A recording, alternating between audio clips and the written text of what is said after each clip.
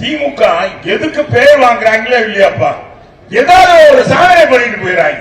ஒரே நாள்ல உலகம் பூரா தெரிஞ்சு நம்ம உலகம் பூரா நம்ம ஜாபர் சாதிக்கு சாதிச்சு காட்டாரு. நேற்று நம்ம மதுரையிலப்பா அங்க வச்சு இங்க வச்சு நம்ம சாதி இங்கே வந்துட்டாரியா. அவர் கொடியை இங்கே மதுரையில ஆட்டிட்டாரு, பாண்டிய நாட்டிலையும் ஆட்டிட்டாரு. இதுதான் சினிமா துறை.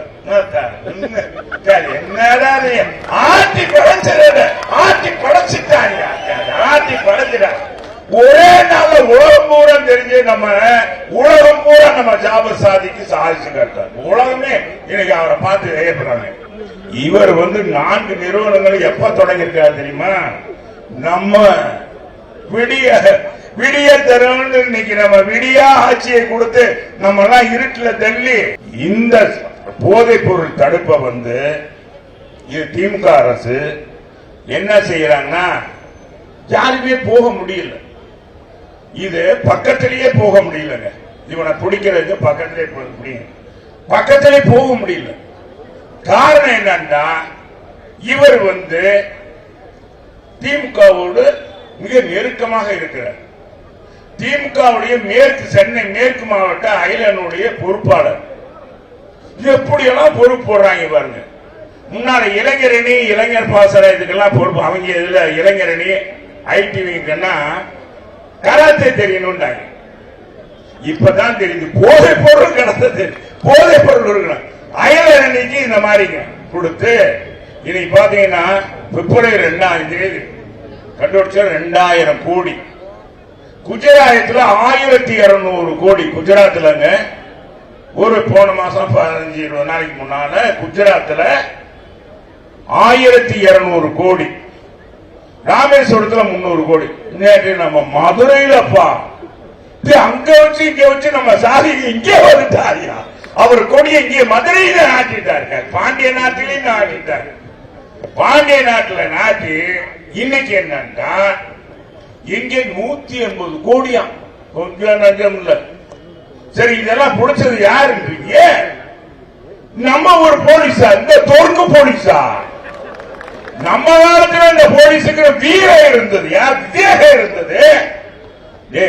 அம்மா காலத்துல ராணுவத்தால் பிடிக்க முடியாத சந்தன கடத்தல வீரப்பயனே கைது பண்ணி கொண்டு வந்து சுட்டு வீழ்த்திய ஆட்சி நம்ம ஆட்சி.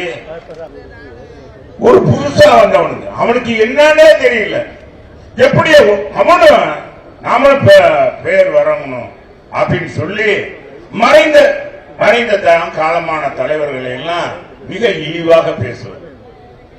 அவன் எல்லாம் பாத்தீங்கன்னா இன்னைக்கு என்ன செய்யறாங்க என்னன்னே தெரியுது. அத இந்த போதைப் பொருள் கடத்தல் சம்பந்தமாக ஒரு ஆர்ப்பாட்டம் பண்ணி இருக்கணுமா? என்ன பண்ணாங்களா? இவ்வளவு தூரம் நடக்குது.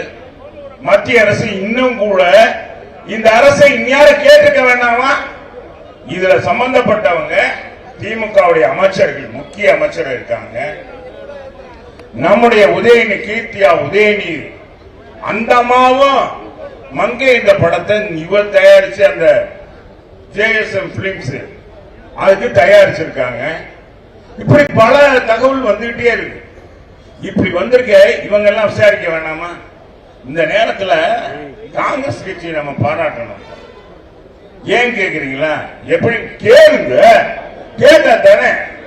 2G அலைக்கற்ற ஊழல் நடந்துச்சுல்ல, கனிமொழியை உள்ள பிடிச்சு போட்டாங்கல்ல. மத்திய இணையமைச்சரா இருந்த ராஜாவை உள்ள பிடிச்சு போட்டாங்க திகார் ஜெயில. போட்டாங்களா இல்லையாப்பா? சும்மா சொல்றேன்.